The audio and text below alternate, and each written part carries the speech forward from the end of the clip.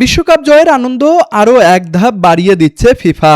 ঐতিহ্যবাহী বিশ্বকাপ ট্রফি ও স্বর্ণপদকের পাশাপাশি প্রথমবারের মতো চ্যাম্পিয়ন দল পাবে বিশেষ চ্যাম্পিয়নশিপ রিং। আগামী 19 July new York new jersey স্টেডিয়ামে স্পেন ও আর্জেন্টিনার মধ্যকার ফাইনালের পর বিজয়ীদের হাতে তুলে দেওয়া হবে এই অনন্য স্মারক। এনবিএ ও এনএফএল এর জনপ্রিয় রিং সংস্কৃতিকে অনুসরণ করেই ফুটবল বিশ্বকাপে যুক্ত হলো এই নতুন প্রথা।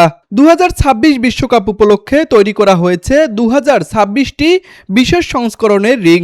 এর মধ্যে 30টি থাকবে চ্যাম্পিয়ন দলের খেলোয়াড় ও কোচিং স্টাফদের জন্য।